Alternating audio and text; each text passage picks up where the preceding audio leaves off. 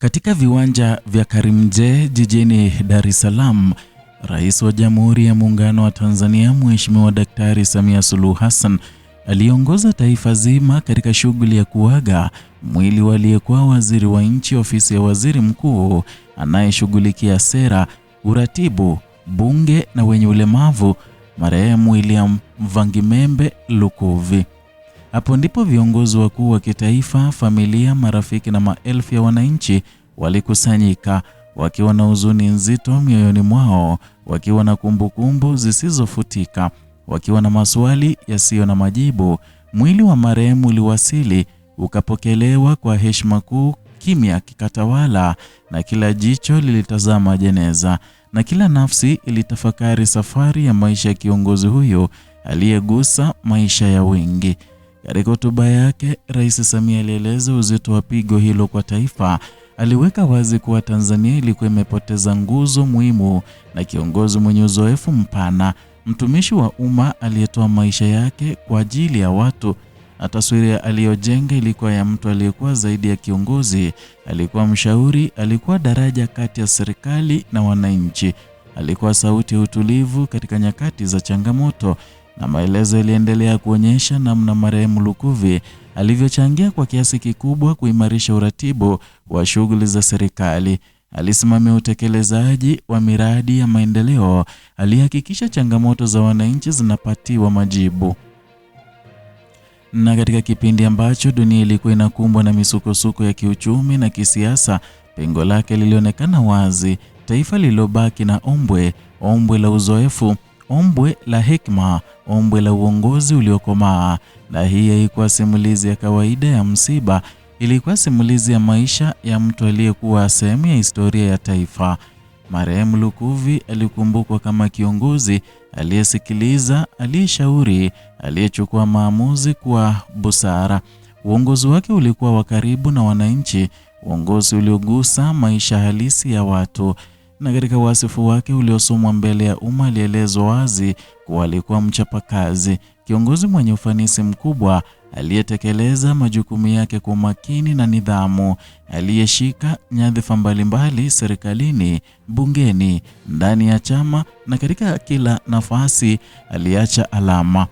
Alijenga uhusiano madhubuti kati ya serikali na bunge, alisimamia sera, aliratibu shughuli muhimu za kitaifa, na kila alipopita alihakikisha kuwa mifumo ya utendaji iliimarika. Lakini zaidi ya hayo yote, alijenga imani ya wananchi, imani ambayo si rahisi kuijenga wala si rahisi kuirithi. Na katika ibada ya kumuaga, viongozi mbalimbali walihudhuria.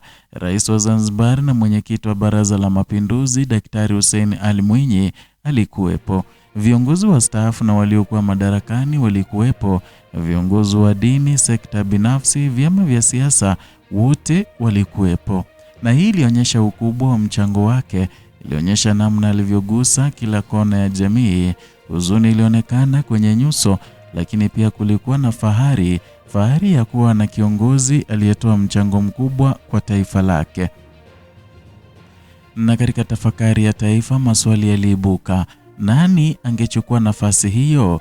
Nani angeendeleza misingi hiyo? Na nani angesimama pale aliposimama? Rais Samia alitoa mwito mzito, mwito wa viongozi, mwito wa watumishi wa umma kuendeleza misingi ya uwajibikaji, uzalendo, kujitolea. Na hii ilikuwa changamoto ya kizazi cha wakati huo, wito wa kuhakikisha kuwa yale yaliyoanzishwa hayapotei, na wajibu wa kuhakikisha kuwa dira ya taifa inaendelea kwa dhabiti. Na katika ulimwengu uliokuwa ukibadilika kwa kasi, taifa lilihitaji viongozi wenye busara, lilihitaji uzoefu, lilihitaji uongozi unaosikiliza na kuchukua hatua. Kifo cha Lukuvi kilikuja katika wakati mgumu, wakati ambao dunia ilikuwa inakumbwa na changamoto nyingi kiuchumi, kisiasa na vilevile kijamii.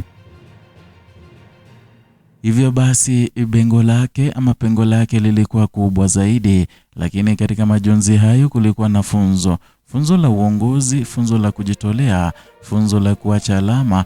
na ilikuwa simulizi iliyowakumbusha Tanzania kuwa uongozi si nafasi tu, ni dhamana, ni wajibu, ni ahadi ya wananchi. Na wakati huo macho yote yalielekezwa mbele katika mustakabali wa taifa, katika taifa ama safari ya kuendelea mbele bila umoja waliokuwa nguzo yake.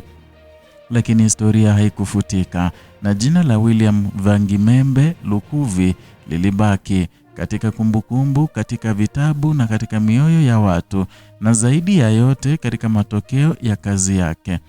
Kadri baada ya kumwaga ilivyofikia tamati, hali utulivu ilirejea polepole, lakini majonzi yalibaki, kumbukumbu zilibaki na heshima ilibaki.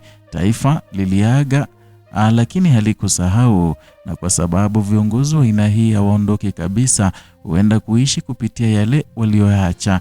Na katika historia ya Tanzania ukurasa mwingine ulifungwa, lakini simulizi lake liliendelea kusimuliwa. Hii ilikuwa sauti ya taifa, na hii ilikuwa kumbukumbu ya uongozi, na hii ilikuwa heshima ya mwisho kwa mtumishi wa umma aliyetoa maisha yake kwa ajili ya watu wake. Na hiyo ndio taarifa kutoka Ikulu ya Tanzania kufuatia siku hii ya leo, ambapo marehemu William Lukuvi alikuwa anazindikishwa na kuzikwa. Ni taarifa ambayo imezua majonzi vilevile kwa sehemu ya umma, na vilevile kwa sehemu kubwa vilevile ikaleta mambo mengi na mtafaruku mkubwa, huku wengine wakichelea na wengine wakifurahia hasana kuhusiana na kifo chake, wakimtaja kama mtu ambaye hakuwa anajali maslahi ya binadamu. Sijui na maoni gani mpenzi mtazamaji kuhusiana na hafla ya leo na ujumbe wake Samia Suluhu kuhusiana na kile kilichofanyika siku hii ya leo. Ningeomba uweze niandikie ujumbe hapo chini, na ikiwa ni mgeni hapa waweza kuniandikia ujumbe mfupi, na vilevile waweza kusubscribe, kulike na kushare video zetu ili tuweze kuwafikia ndugu jamaa na marafiki wote ambao hawajajua kama tushafika hapa. Na vilevile gonga alama ya kengele ili uweze kupokea taarifa zetu first hand. Ukigonga alama ya kengele, bila shaka utakuwa unapokea notifications kwa simu yako kila wakati tunapoweka video mpya. Ni hayo kwa sasa, tukutane tena kwenye video nyingine.